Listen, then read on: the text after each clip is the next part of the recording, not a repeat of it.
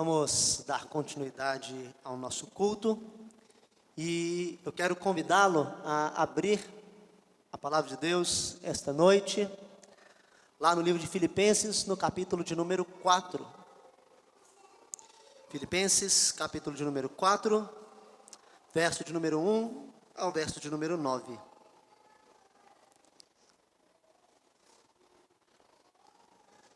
Filipenses, capítulo de número 4, verso de número 1 até o verso de número 9. Nós faremos a leitura da seguinte maneira: eu lerei os versos aqui dispostos, do 1 ao 9, nesse primeiro momento, e os irmãos haverão de acompanhar a leitura bíblica com a sua Bíblia aberta, prestando bastante atenção em tudo aquilo que for lido, e assim que a leitura chegar até o final, você vai manter a sua Bíblia aberta, você não vai fechá-la, pelo contrário, você vai mantê-la aberta, acompanhar a exposição, e à medida que for necessário, eu vou pedir a ajuda dos irmãos, para que a gente possa fazer a leitura de alguns versos durante essa exposição, com a finalidade de a gente poder compreender melhor, ok? Filipenses, capítulo de número 4, verso de número 1, até o verso de número 9, assim diz a palavra do nosso Deus. Portanto, meus irmãos, amados e muito saudosos, minha alegria e coroa, sim, amados, permanecei deste modo, firmes no Senhor. Rogo a Evódia e rogo a Sintique, pensem concordemente no Senhor. E a ti, fiel companheiro de jugo, também peço que as auxilies, pois juntas se esforçaram comigo no Evangelho, também com Clemente e com os demais cooperadores meus, cujos nomes se encontram no livro da vida. Alegrai-vos sempre no Senhor. Outra vez digo, alegrai-vos, seja a vossa moderação conhecida de todos os homens, perto está o Senhor. Não andeis ansiosos de coisa alguma, em tudo, porém, sejam conhecidas diante de Deus as vossas petições pela oração e pela súplica, com ações de graças. E a paz de Deus, que excede todo o entendimento, guardará o vosso coração e a vossa mente em Cristo Jesus. Finalmente, irmãos, tudo que é verdadeiro, tudo que é respeitável, tudo que é justo, tudo que é puro, tudo que é amável, tudo que é de boa fama, se alguma virtude há e se algum louvor existe, seja isso que ocupe o vosso pensamento. O que também aprendestes e recebestes e ouvistes e vistes em mim, isso praticai, e o Deus da paz será convosco.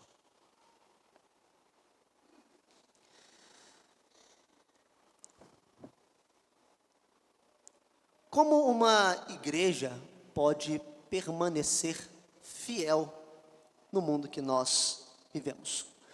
Como nós cristãos podemos permanecer firmes?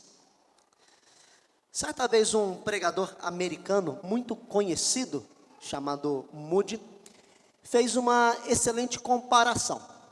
Ele comparou a igreja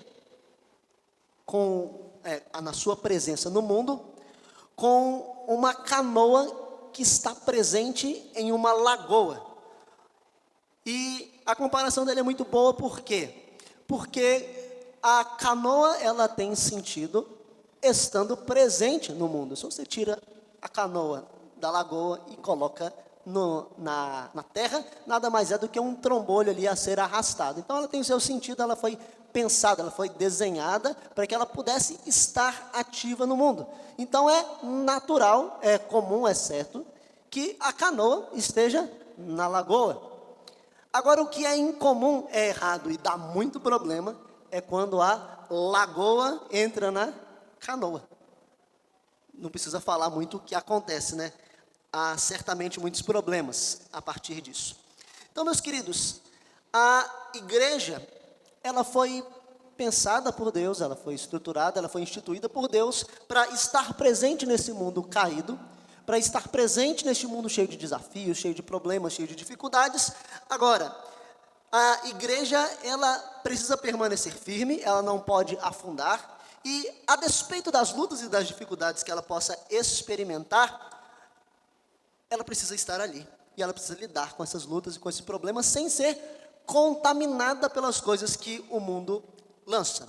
E, meus queridos, quando nós olhamos aqui para a carta de Filipos, para a carta aos Filipenses, nós vemos o apóstolo Paulo muito preocupado com isso, na realidade que aquela igreja se encontrava. Veja, o apóstolo Paulo, quando escreve para os cristãos de Filipos, ele está escrevendo uma carta para uma igreja cheia de problemas e cheia de dificuldades.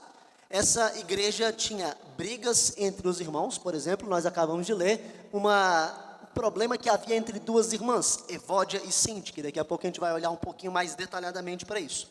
Além disso, nós vemos ali, à medida que olhamos para a carta, a presença de falsos mestres que tentavam corromper o ensino e, assim, degradando aquilo que o apóstolo Paulo havia solidificado inicialmente. Além disso, nós vemos perseguição, porque da mesma maneira que o apóstolo Paulo estava sofrendo com a perseguição, o apóstolo Paulo coloca aqueles irmãos como participantes do seu sofrimento. E, ainda mais, nós vemos que esta igreja tinha problemas com pessoas que estavam dentro da igreja, que se consideravam cristãos, talvez ali influenciados pelo falso ensino dos falsos mestres, e ainda assim viviam de maneira torpe, de maneira errada, de maneira quebrada, querendo se chamar cristãos, mas o apóstolo Paulo chama esse grupo de inimigos da cruz de Cristo. Então veja, era uma igreja repleta de desafios, e da mesma maneira, o apóstolo Paulo, quando mandava essa carta, como nós bem já destacamos, tinha os seus próprios desafios. Ele estava preso, ainda que no início da carta ele vai deixar claro que as suas algemas, as suas prisões, cooperavam para o bem do evangelho, e tudo aquilo estava caminhando de acordo com a vontade de Deus. Mas, veja, nós estamos chegando aqui ao final dessa carta. E saber que nós estamos chegando ao final da carta faz diferença na maneira como nós compreendemos. Porque agora o apóstolo Paulo ele está preocupado em amarrar tudo isso que ele já falou, trazendo algumas considerações e algumas aplicações finais, para que tudo aquilo que ele falou esteja permeando na vida da igreja de fato, aquilo seja aplicado realmente. Então, à medida que nós caminhamos nessa exposição, nesses 9 versículos, nós vamos voltar a alguns momentos da carta de Filipos, para a gente poder, para os cristãos da igreja de Filipos, para a gente poder perceber como o apóstolo Paulo está aqui, neste final, amarrando tudo aquilo que ele havia ensinado. Mas eu gostaria que nós nos voltássemos agora, voltássemos a nossa atenção para o primeiro versículo de forma especial. Abra sua Bíblia comigo aí no primeiro versículo, e eu quero convidá-lo a fazer essa leitura comigo. Filipenses capítulo de número 4, verso número 1. Vamos ler? Assim diz a palavra de Deus. Portanto,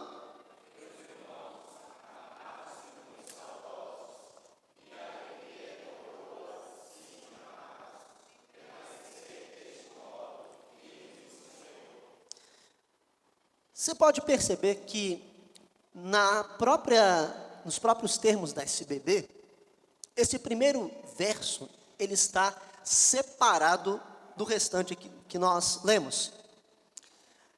Há um motivo para isso. Há pessoas que defendem que este verso, ele deveria estar no contexto, pelo menos, daquilo que é o capítulo anterior. Se você voltar um pouquinho, vira a página da sua Bíblia, você vai ver que o apóstolo Paulo, antes de chegar nesse momento, ele estava indo contra aquele grupo que nós falamos agora há pouco, que são os inimigos da cruz de Cristo.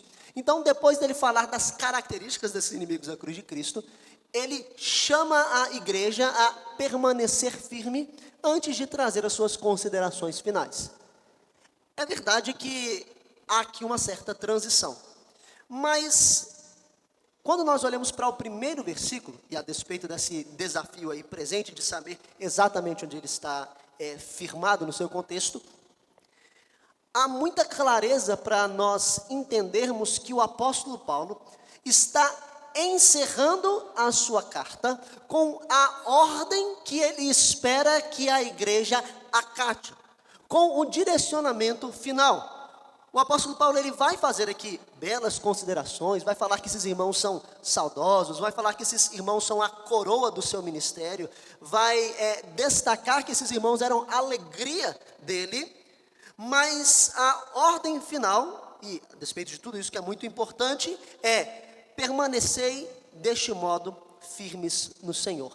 Aqui nós temos um verbo, nós temos uma ordem que o apóstolo Paulo está dando e que deve dar sequência a tudo aquilo que é compreendido a partir de agora até o verso número 9. Ou seja, todos os outros aqui tratados como verbos, eles vão ter sentido ao olharmos para essa primeira ordem do apóstolo Paulo. Olha, vocês precisam permanecer firmes no Senhor.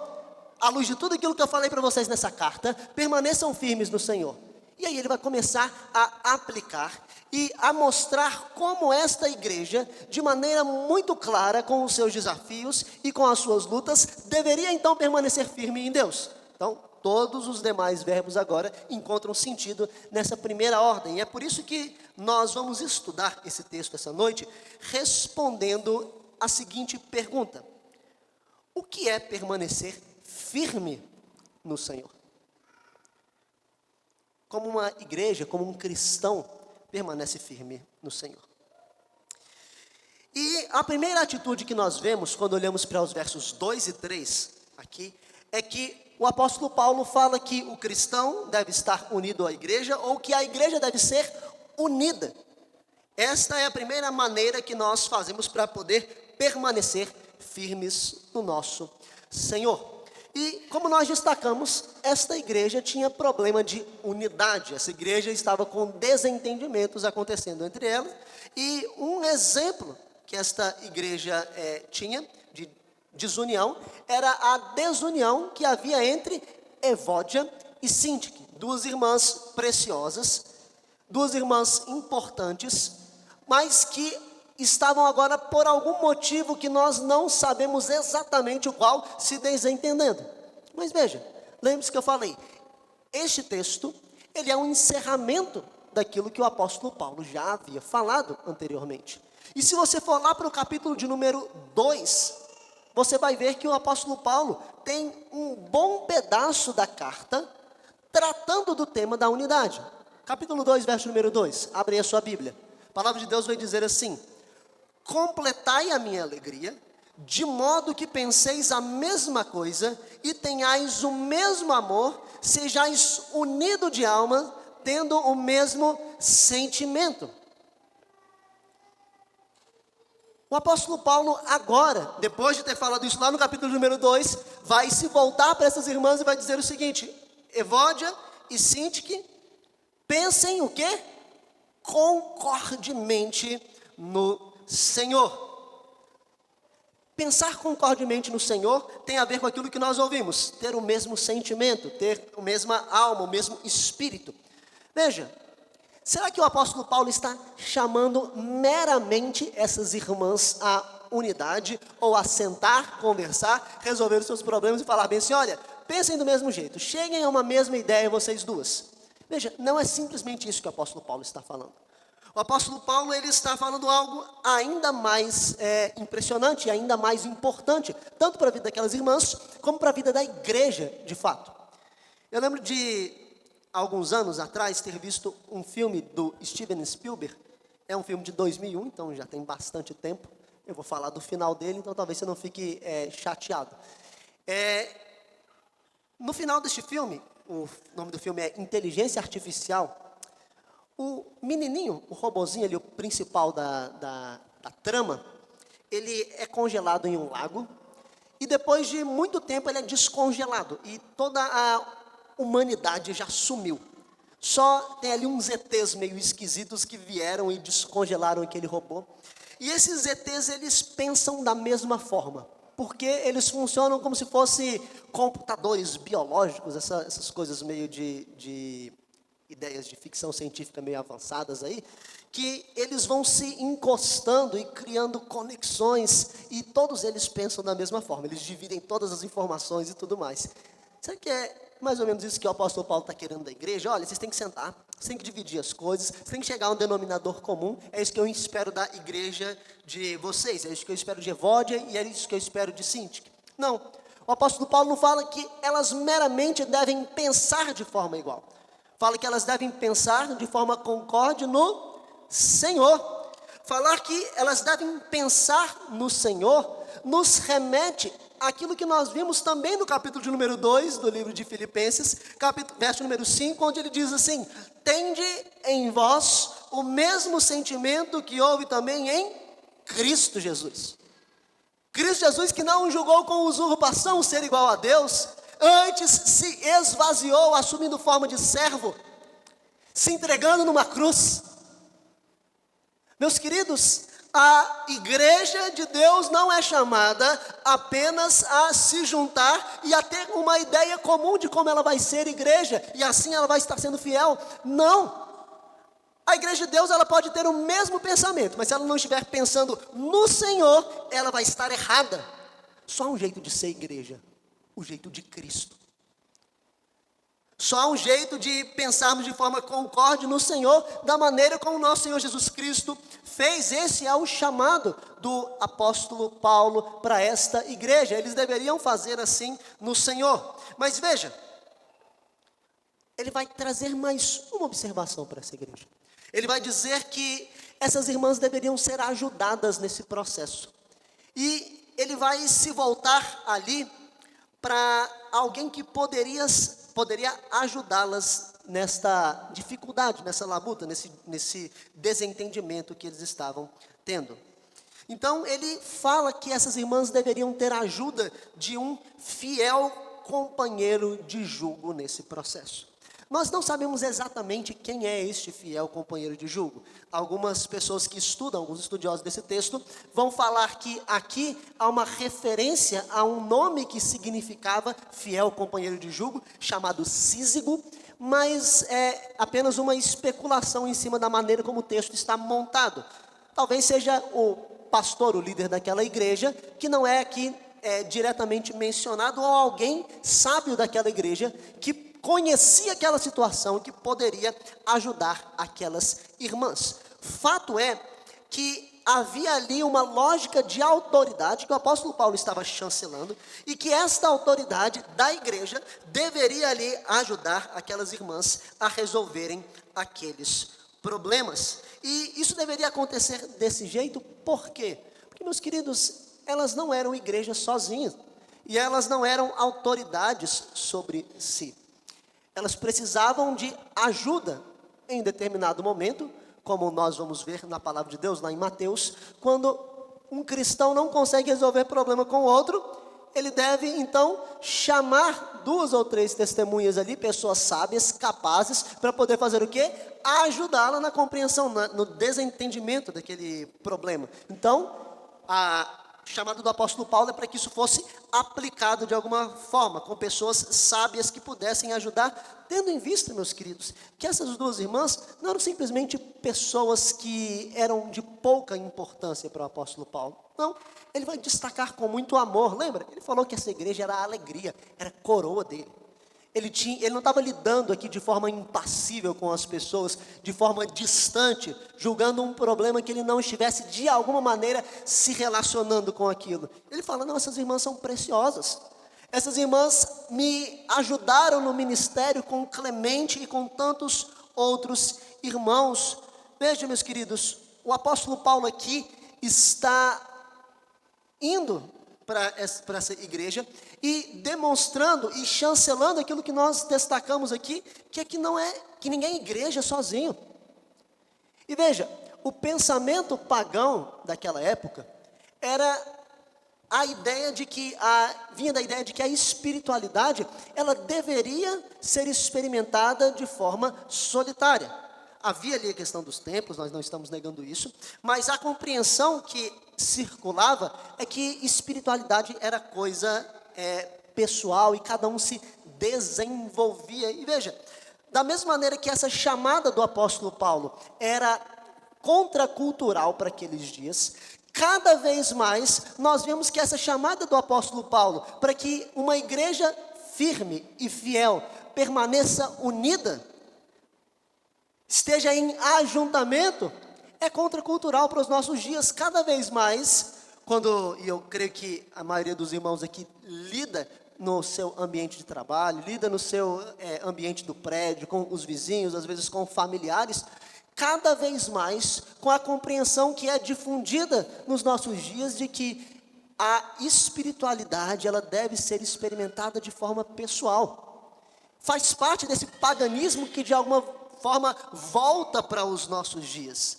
Cada vez mais, e veja, isso em outros países já é muito mais forte do que no Brasil, mas cada vez mais no nosso país se tem a ideia de que quando nós pregamos o Evangelho, nós estamos fazendo um proselitismo vergonhoso, porque cada um tem a sua religião. A gente não tem que mexer na religião, cada um entende a religião do seu próprio jeito.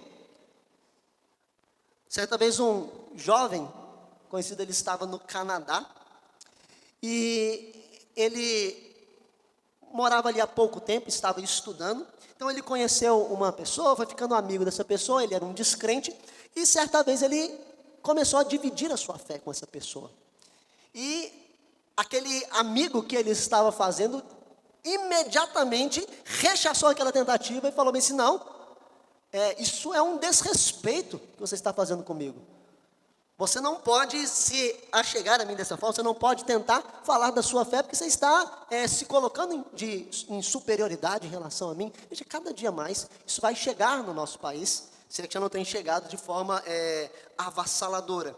E passa por essa ideia cada vez mais comum, e que entra inclusive nas igrejas, de que espiritualidade é uma coisa que nós experimentamos na nossa individualidade apenas.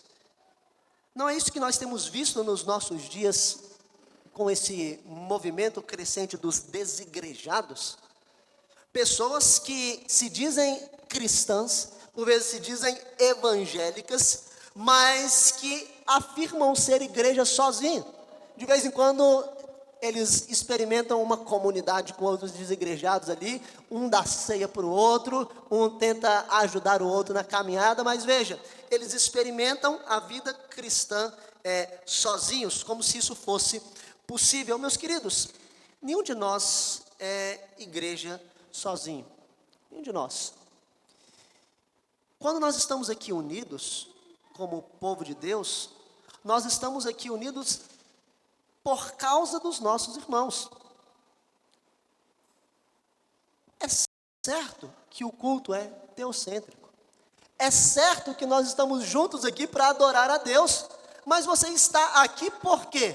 Porque o seu irmão está. Se você estivesse aqui sozinho, esse templo seria a mesma coisa que o seu quarto, no final das contas. Agora, quando nós estamos juntos, aqui nós cultuamos a Deus e experimentamos esse mandamento de Deus, como Ele nos chama a fazer. Então, nós precisamos fugir dessa compreensão que parece piedosa dos nossos dias, né? Olha, eu venho à igreja, mas eu venho à igreja só por causa de Deus. Não, nós estamos aqui na igreja por quê? Porque os nossos irmãos estão aqui também. E todos nós estamos aqui juntos para adorar o nosso Deus. Nós não somos igreja sozinhos. Então, a primeira compreensão que o apóstolo Paulo dá para essa igreja, no meio daquele paganismo, daquelas dificuldades, é que essa igreja precisava estar unida para que essa igreja permanecesse firme no Senhor. Mas há uma outra consideração que o apóstolo Paulo faz para que essa igreja permaneça firme no Senhor. Isso nós fazemos olhando para os versos 4, 5, 6 e 7 agora. E veja, os versos 4, 5, 6 e 7, eles têm diversas ordens. E aqui eu quero unir sobre uma mesma ideia. A igreja do Senhor, para permanecer firme, ela deve ser forte. E por que eu estou dando a ideia de força aqui, nesses 4 versos que virão? Porque a partir de agora nós vamos ver respostas que a igreja dá aos problemas que o mundo lança sobre a igreja. Antes nós estamos falando sobre questões de união, então às vezes poderiam ser problemas dentro da própria igreja, né? Mas agora nós estamos falando de uma igreja já unida e que dá respostas ao mundo que lança situações sobre ela, ok? Então perceba como isso vai se tornar a toada daquilo que o apóstolo Paulo está falando agora. Vamos ler juntos o verso número 4? Peço mais uma vez a ajuda dos irmãos, vamos lá? Alegrai-vos.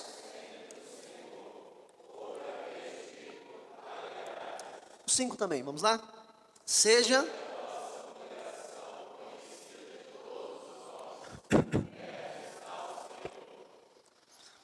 O apóstolo Paulo, ele chama inicialmente esta igreja a ser alegre. Veja, esta igreja experimentava isso como um desafio por conta dos problemas que nós já destacamos. Nós não estamos falando de uma igreja que estava em uma situação muito tranquila, sem dificuldades à sua volta. Pelo contrário, nós vemos desentendimentos, nós vemos perseguições, falsos mestres, pessoas que tentavam semear a discórdia ali mesmo, os irmãos, ideias erradas ali dentro. Então veja, é uma igreja que é chamada para ser alegre a despeito ali dos desafios. E veja, nós sabemos que o apóstolo Paulo já tinha dado ordens para que essa igreja fosse alegre. Por exemplo, se você for para o capítulo de número 3, verso número 1, lá está uma passagem bem conhecida também, onde o apóstolo Paulo vai dizer bem assim: quanto ao mais, irmãos meus, alegrai-vos no Senhor. A mim não desgosta e é segurança para vós outros que eu escreva as mesmas coisas. Meus queridos, o tema da alegria, ele é tão chamativo nesta epístola, que alguns dos comentaristas da epístola de Filipenses chegam a dizer que o grande tema da epístola aos Filipenses é a alegria. Há quem diga que este tema passa por toda a carta, de forma que dá sentido a ela. Eu acho que é um exagero, acho que é um tema importante, mas, sem dúvida, a ordem para essa igreja ser alegre, ela precisa aqui ser levada em consideração, a despeito de todas as dificuldades, a despeito de todos os problemas. E veja, meus queridos, como nós podemos falar que essa igreja poderia de fato experimentar alegria no Senhor? É exatamente aquilo que o apóstolo Paulo quer demonstrar com a sua vida. Veja, ele começou essa carta falando que ele estava preso, falando que ele experimentava lutas, mas que ele estava contente, ele estava satisfeito em Deus. Em outras palavras, que ele estava alegre. Por quê? Porque mesmo a sua prisão estava redundando em glória para Deus. As pessoas da guarda pretoriana estavam aceitando a Deus através da sua exposição e da sua pregação. Mas se você olhar um pouquinho mais à frente, você vai ver que nos próximos versos, o apóstolo Paulo vai voltar a esse tema em um texto muito conhecido, quando ele vai demonstrar que, a despeito de estar por vezes passando necessidade, ele conseguia estar contente no Senhor. Quer ver? Verso número 10, do capítulo 4. Alegrei-me sobremaneira no Senhor, porque agora mais uma vez renovaste o vosso favor e o vosso cuidado, o qual também já tinhas antes, mas vos faltava oportunidade. Digo isto não por causa da pobreza, porque aprendi a viver contente em toda e qualquer situação. Tanto sei estar humilhado, como também ser honrado. De tudo e em todas as circunstâncias já tenho experiência, tanto de fartura como de fome, assim de abundância como de escassez. Tudo posso naquele que me fortalece. O apóstolo Paulo aqui está destacando que ele poderia passar por qualquer tipo de situação e de luta e ainda assim experimentar contentamento, alegria no Senhor. Este é o exemplo que o próprio apóstolo Paulo dá para aquela igreja. E veja, meus queridos, é bem interessante que aqui nesse momento o apóstolo Paulo vai apresentar esta capacidade de estar alegre nessas situações de dificuldade como um aprendizado, né? Aprendi a viver contente em toda e qualquer situação. Tanto que ele vai falar que em todas as coisas ele tem experiência, ou seja, ele passou por essas situações e ele foi sendo moldado por Deus para que ele pudesse experimentar alegria e contentamento em todas elas. Então, o apóstolo Paulo tem na sua própria vida exemplo de como a igreja deveria viver. E é certo, meus queridos, que não eram as circunstâncias, não eram as coisas em volta da igreja que eram o motivo pelo qual aquela igreja estava alegre, satisfeita e contente. Já vimos que ela tem problemas e lutas, mas a razão dessa alegria, sem dúvida, estava no Senhor. Eles estavam unidos a Cristo, eles estavam unidos em Deus. Então esta igreja poderia ser alegre. Quando o reformador João Calvino ele comenta essa passagem, ele afirma o seguinte: venha o que vier aos crentes, tendo o Senhor ao seu lado, eles têm amplamente suficiente motivo para a alegria. Meus queridos, o apóstolo Paulo chamava essa igreja a alegria, mas não apenas a alegria. Veja na sequência, ele também chama esta igreja ao quê? Veja a sequência, capítulo de número 4, verso de número 5 agora. Seja a vossa moderação conhecida de todos os homens. O que é moderação? Moderação é a capacidade que nós temos de receber alguma coisa, normalmente oposição, e não devolver da mesma forma. É a capacidade que as pessoas têm de resistir e serem amáveis em meio aos problemas, em meio à oposição, em meio às dificuldades. Mas a pergunta que fica quando a gente olha para essa situação toda é: como é que uma igreja perseguida pode responder com moderação a um mundo que a odeia? A resposta está no próprio início da igreja de Filipos. Se você olhar lá para o livro de Atos, no capítulo de número 16, e você pode fazer isso depois, né? A gente não vai ler agora esse texto, mas é um texto bem conhecido. Você vai lembrar que quando o apóstolo Paulo começou a pregação do evangelho ali na cidade de Filipos, logo que eles tiveram uma base, eles se voltavam para um ambiente de oração todos os dias, e havia ali uma jovem endemoniada. E essa jovem endemoniada, ela era usada como adivinhadora pelos seus senhores para obter lucro. E essa jovem endemoniada e adivinhadora, todo dia falava que eles eram servos ali do Deus vivo. Então, um dia o apóstolo Paulo expulsou, se indignou com aquela situação como estava, e expulsou o demônio daquela mulher.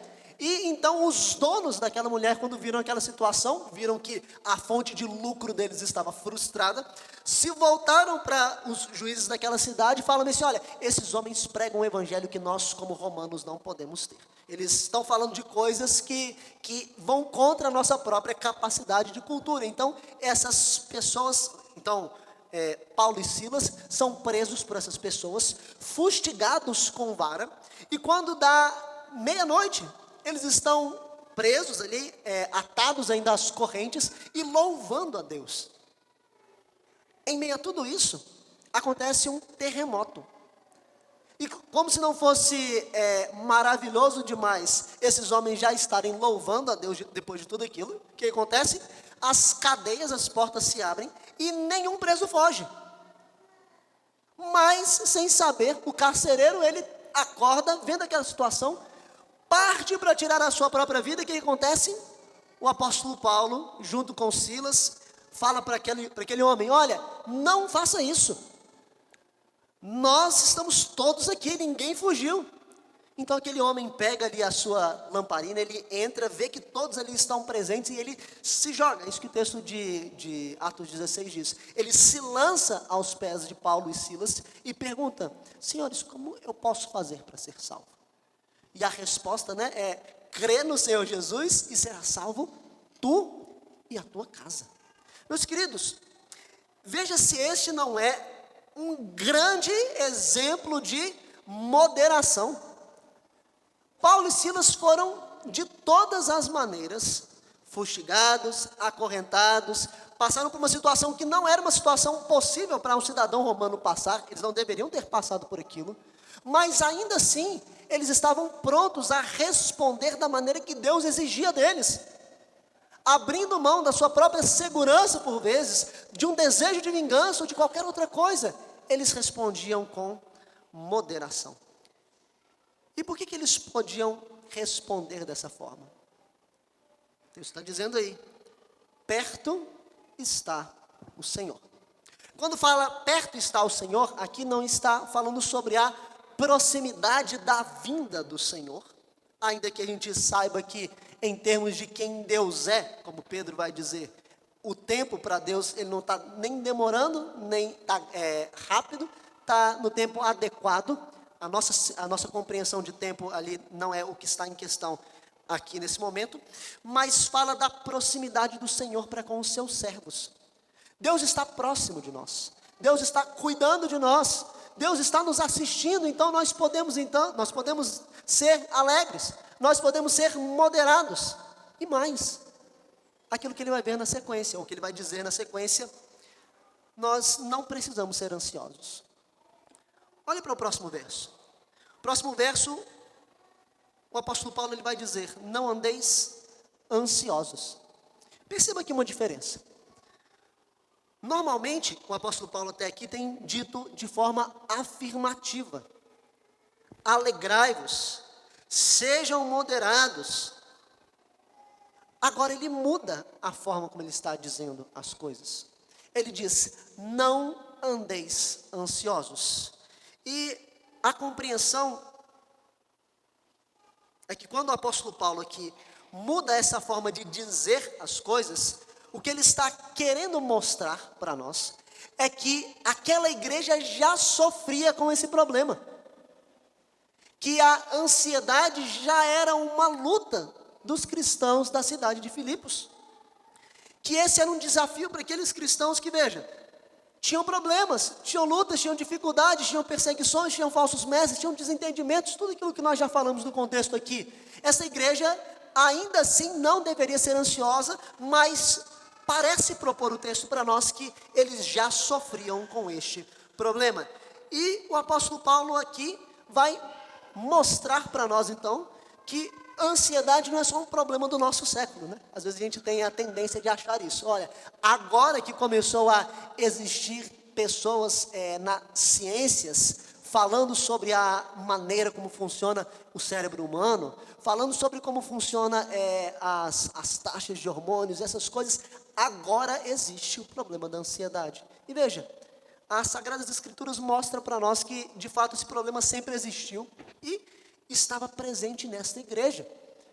Só que Paulo vai lidar com esse problema e vai apresentar como essa igreja deveria lutar com esse problema, lidar com esse desafio.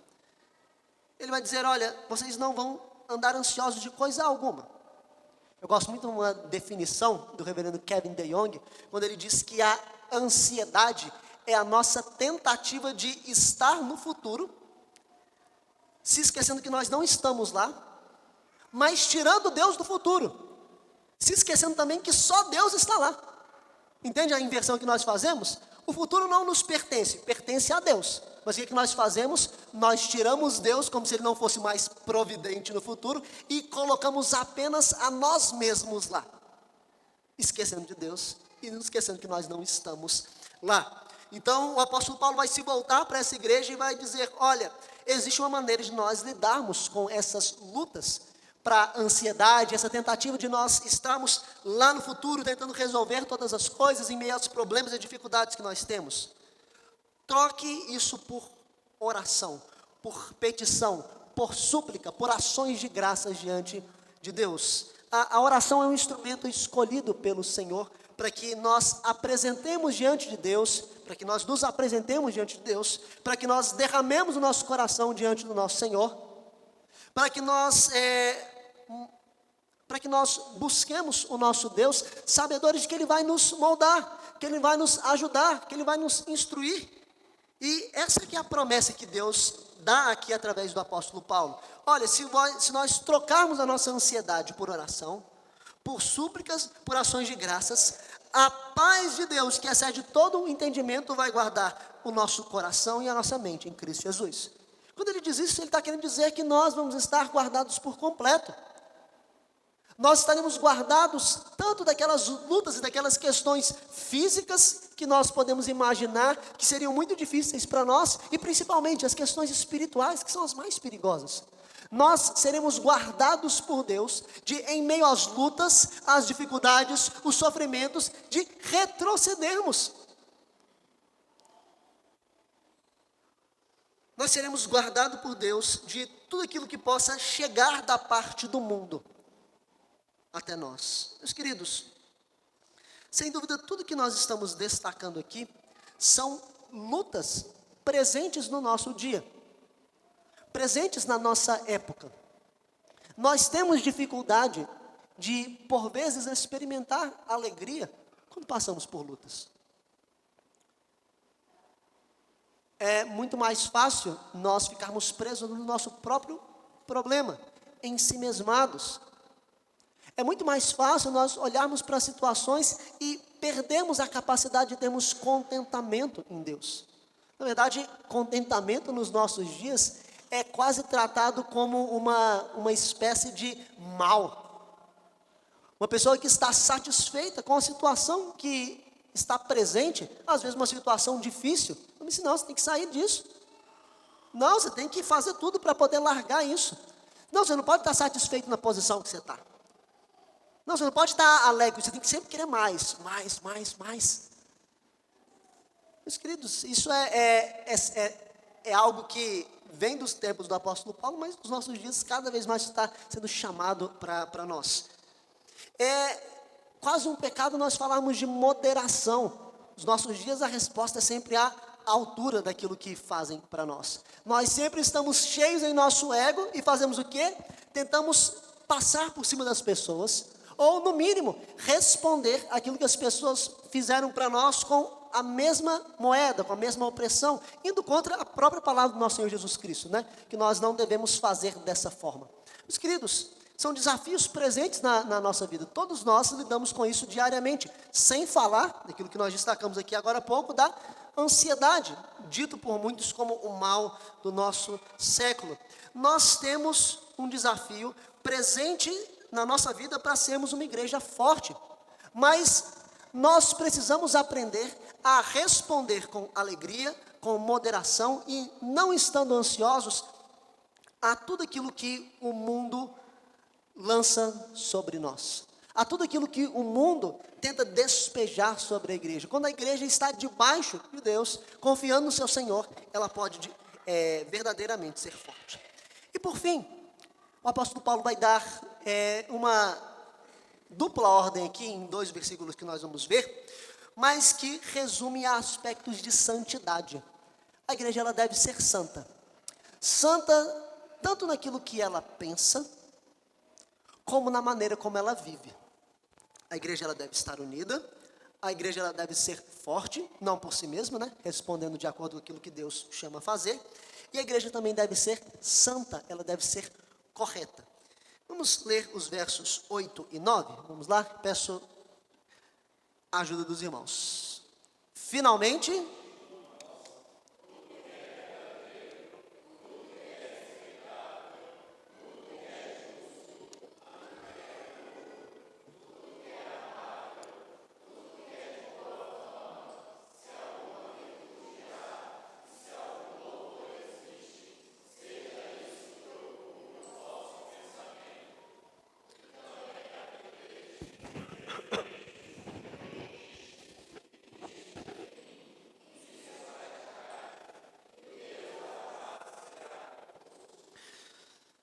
se você lembrar, que nós comentamos lá no início, esta igreja estava lidando com um grupo de irmãos que o apóstolo Paulo fala com muita tristeza, chega a dizer que com lágrimas nos olhos, ele fala que esses irmãos são inimigos da cruz de Cristo. Há quem tente resumir esse grupo com o nome de seducionistas, que eram pessoas que basicamente faziam o quê? Diziam-se ser cristãos, mas viviam de maneira imprópria ao cristianismo, praticando pecados da sua época, como se isso não fosse um problema, e eles falavam, não, está tudo bem, a gente pode ser cristão e viver com esses pecados. E o apóstolo Paulo fala bem assim, não, um cristão ele não pode viver dessa forma. E ele vai falar características dessas pessoas, né, que tem no seu próprio ventre o orgulho, vai falar o destino deles como a perdição, mas o fato é que o apóstolo Paulo, que aqui já tinha ido contra a compreensão, porque a gente está no momento onde o apóstolo Paulo está amarrando a carta de Filipos, a carta aos Filipenses, ele agora vai trazer considerações sobre a vida de santidade da igreja, como essa igreja deveria fazer, como essa igreja deveria pensar, como essa igreja deveria agir. E aí, temos o verso de número 8 disposto aqui para nós. Sem dúvida, se nós fôssemos descer a cada um desses pontos ditos, principalmente aqui no verso número 8, nós poderíamos passar aqui um bom tempo trazendo algumas relações daquilo que se pode, daquilo que não se pode, daquilo que não se deve, daquilo que se deve fazer. Mas veja, eu creio que nem esse é o objetivo do apóstolo Paulo. Lembra, ele está caminhando para o final da carta. E aqui, no verso número 8, ele vai trazer uma consideração maior, mas que ajuda a igreja em vários problemas que ele não pode tratar. Não era possível, mesmo nas cartas maiores, que o apóstolo Paulo lidasse com todos os problemas possíveis, todos os pecados que poderiam passar na mente ou na atitude dos cristãos, todos os desafios daquela igreja. Não, então o que ele faz? Ele faz como Jesus. Em um determinado momento, ele pega uma ordem maior e resume aquilo que a igreja deveria fazer, para que a igreja pudesse olhar para aquilo quando não tivesse considerações sobre isso. Então, às vezes não tinham considerações sobre um pecado que viria, que apareceria na vida daquela igreja. Mas aqui há o quê? Há um texto maior que amarra diversos problemas. E veja, eu preciso ser muito sincero com os irmãos. Durante um bom período da minha vida, eu tinha uma raiva do versículo de número 8, do capítulo de número 4. Eu não era crente, é óbvio, né? Quando a gente não é crente, quando a gente é crente, a gente tem raiva da Bíblia. Porque era o texto que quando a gente estava fazendo alguma coisa errada lá em casa, a minha mãe virava para a gente e falava assim, olha, tudo que é respeitável, justo, puro, amável, de boa fama, que tem virtude, é isso que você tem que estar fazendo. Ela chamava a nossa atenção com esse texto. Deus abençoe a vida da minha mãe, ela fazia correto. Eu que era ímpio, que não sabia perceber isso. Mas, por quê? Porque esse texto se encaixa em muitos pecados, ou em todos de forma geral. Ele é uma espécie de crivo, uma espécie de filtro, para que a gente possa pensar naquilo que está passando na nossa mente.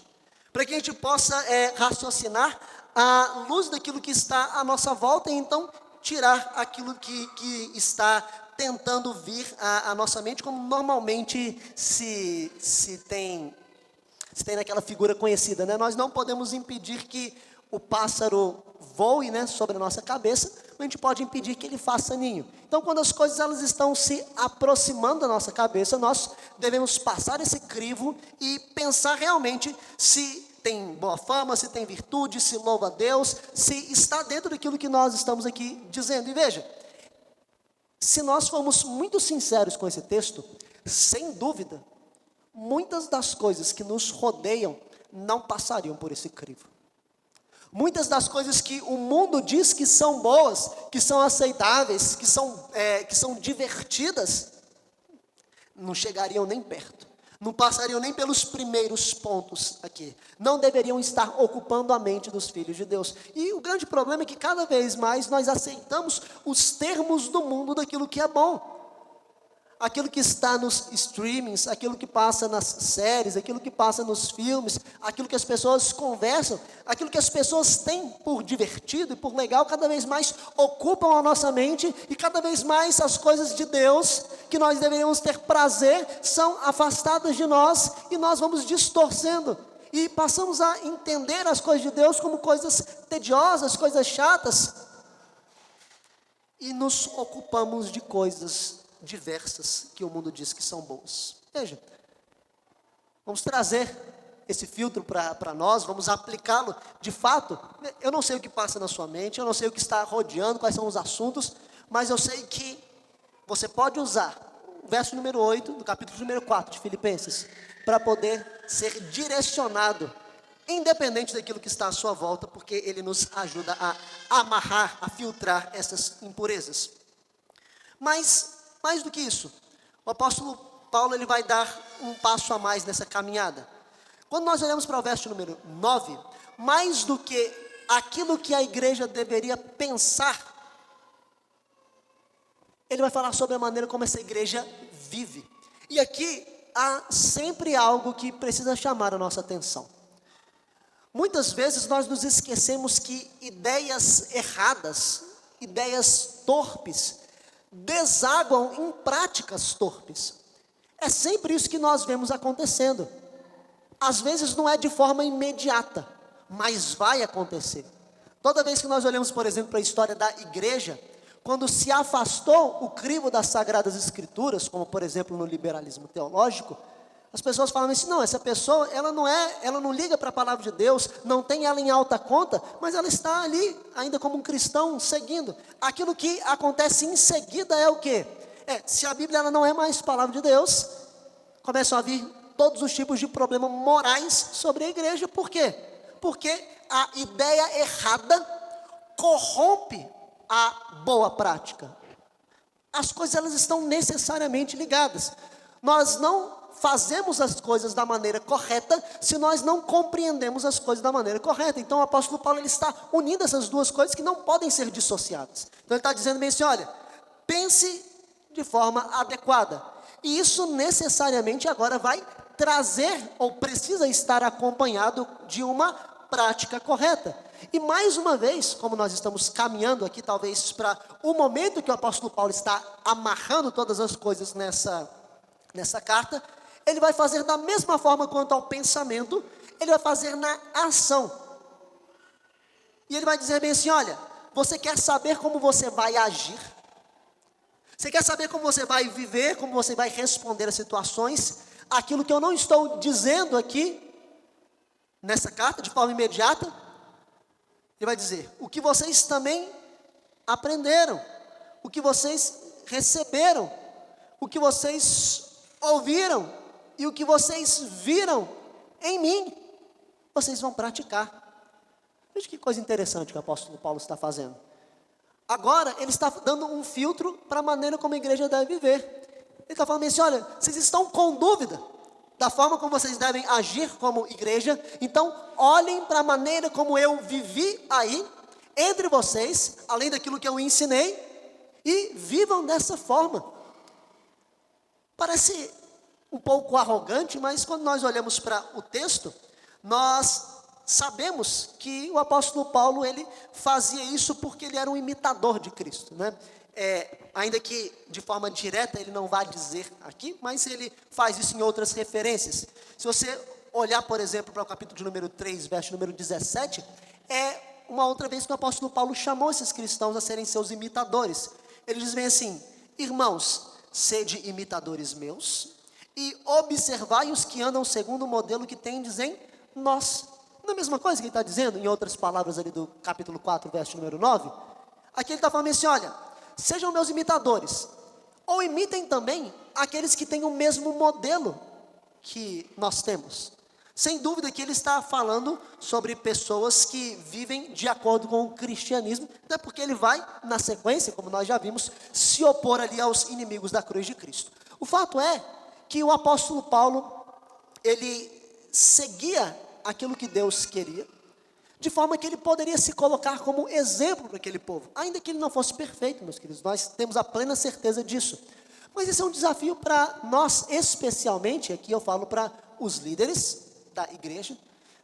Imagine, chegam pessoas novas na igreja, pessoas que não estão habituadas a serem igreja. Nós vamos discipular essas pessoas, nós vamos cuidar dessas pessoas. Será que nós podemos chegar para essas pessoas e falar com a mesma segurança que o apóstolo Paulo está falando assim, olha, eu imito a Cristo Jesus. Então, se você está com dúvida de como você vai ser igreja, para você ser firme em Deus, me imite. Por quê? Porque eu tenho um padrão claro que vem das Sagradas Escrituras. Da mesma forma, os pais deveriam pensar em considerações como essas. Aqui nós estamos falando de um outro padrão de autoridade, mas que pode claramente ser aplicado. Pais podem olhar para os seus filhos e falar bem assim, olha filho, você não sabe como ser crente? Olhe para mim. Eu tenho um modelo que vem das Sagradas Escrituras. Tendo esse modelo na minha vida, olhe para a maneira como eu estou vivendo para que você possa aprender a ser crente. Sem dúvida eu tenho que começar a chamar a atenção da minha filha com Provérbios 4:8, com Filipenses 4:8, né? Para que eu imite os meus pais quanto a isso. Mas fato é, meus queridos, que nós precisamos dessas grandes ordens que são dadas aqui, para que a gente possa aplicar em contextos diversos da nossa vida. Veja como é útil nós podemos perceber que ordens estas dadas pelo apóstolo Paulo para uma igreja há tanto tempo servem de filtro para nós, para que nós possamos viver de forma santa, possamos viver de forma correta, possamos responder às lutas que são lançadas sobre nós de forma a agradar o nosso Senhor. Então nós vimos esta noite que a igreja de Deus, ela deve permanecer firme no Senhor, e nós assim devemos ser, para que possamos responder de forma adequada. Nós vimos que a igreja então ela deve estar unida, nós vimos que a igreja ela deve ser forte, e nós vimos que a igreja então deve ser santa, ela deve ser correta. Mas veja, nada disso, e aqui nós precisamos reiterar antes de terminar esse sermão, nada disso pode ser experimentado de forma a ter o foco em nós mesmos. Por que eu estou dizendo isso? Muitas vezes quando a gente fala sobre união, muitas vezes quando a gente fala sobre ser forte ou viver de forma correta, nós podemos cair no erro de achar que nós somos capazes de fazer isso por nós mesmos. Mas é muito interessante nós percebermos que o apóstolo Paulo não deixava com que essa igreja pensasse isso.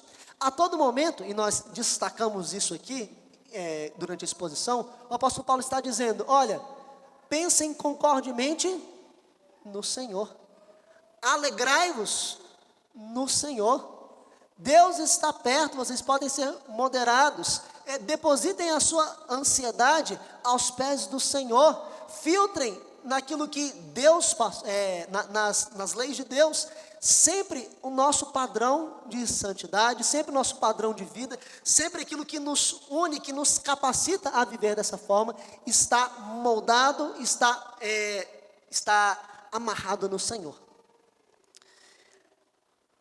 Desde que eu casei, nós temos aí caminhado em algumas residências diferentes, né? Depois eu vou lembrar o número de mudanças que foram. 7 vezes? Perfeito. Foram 7 mudanças, sem nenhuma cola. Então, a gente passou aí por alguns lugares que eram muito diferentes, e eu, apesar de gostar de pregar, não sou um bom pregador no sentido de ser um bom marceneiro. Eu espero que eu seja um pregador minimamente razoável e fiel quando estou expondo as escrituras, mas quando eu estou lidando com madeira, não é a minha área, a minha praia. Então, com o tempo, os móveis lá de casa, eles foram ficando um pouco bambos, né? Então, talvez alguns irmãos já tenham passado por isso.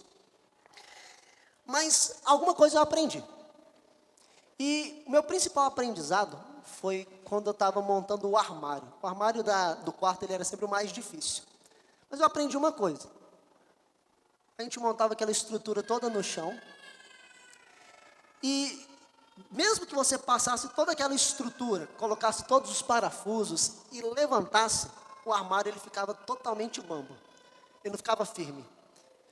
Uma coisa precisava ser feita para aquele armário ficar firme. Você precisava vir com aquela parte de trás, que é molinha, você não parece que vai dar tanta firmeza. Mas quando você coloca aquilo ali e prega aquilo tudo lá atrás e levanta aquele armário, ele tem outra firmeza. E eu estou destacando isso daqui, essa situação que nós vivemos, porque ela me faz lembrar muito a realidade da igreja. Aquilo que permite que a igreja esteja firme não é visto aos nossos olhos, como aquele fundo do armário não é percebido. Aquilo que permite que a igreja de fato esteja firme é o seu Senhor. Aquilo que as pessoas entram aqui e não veem imediatamente, ou não veem pelo menos fisicamente, mas que está presente em tudo aquilo que a igreja faz. Por isso que nós não podemos olhar para essa ordem de firmeza de forma legalista, como se ela fosse capaz, como se nós fôssemos capazes de, por nós mesmos, vivermos essa vida de forma adequada e firme no nosso Deus. Nós precisamos estar sempre descansando naquilo que Deus faz em nós, na capacidade de Deus gerar isso em nós, buscando isso no Senhor, nos parâmetros de Deus, naquilo que Deus executa em nós, naquilo que Cristo Jesus faz, sendo cabeça da sua igreja.